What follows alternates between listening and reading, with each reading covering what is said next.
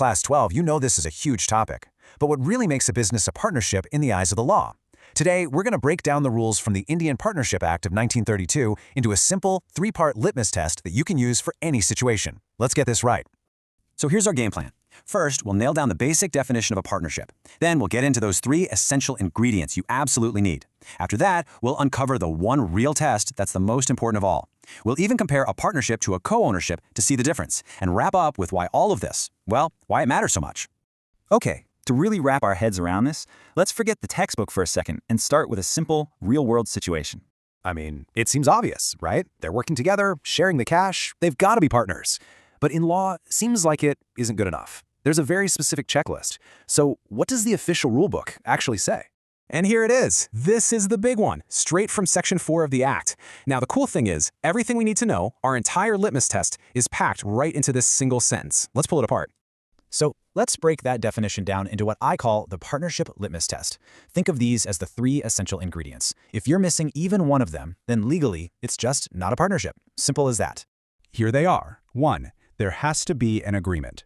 2. There has to be a business. And 3. The whole point has to be sharing profits. Every true partnership has to tick all 3 of these boxes. First up, the agreement. And this is key. It doesn't have to be some fancy legal document.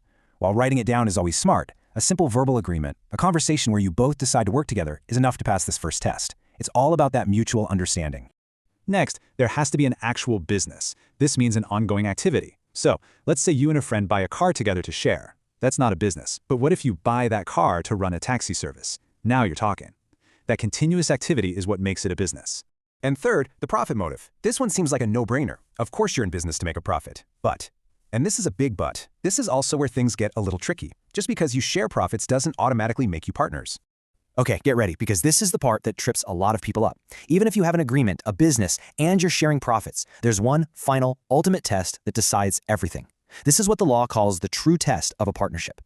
I mean, it makes sense, doesn't it? If you're splitting the money, you must be partners, right? Well, actually, not always. The law looks for something much, much deeper than just who gets the cash. This idea comes from a really old but super important case called Cox v. Hickman. It basically established a critical rule. Sharing profits is a must, for sure, but it's not the final proof. There's a more powerful, decisive factor that the courts look for.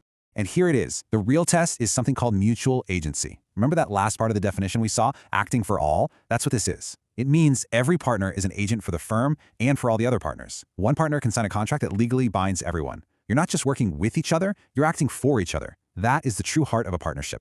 To really nail this idea of agency down, let's compare a partnership to something that can look very similar on the surface but is totally different legally, co-ownership.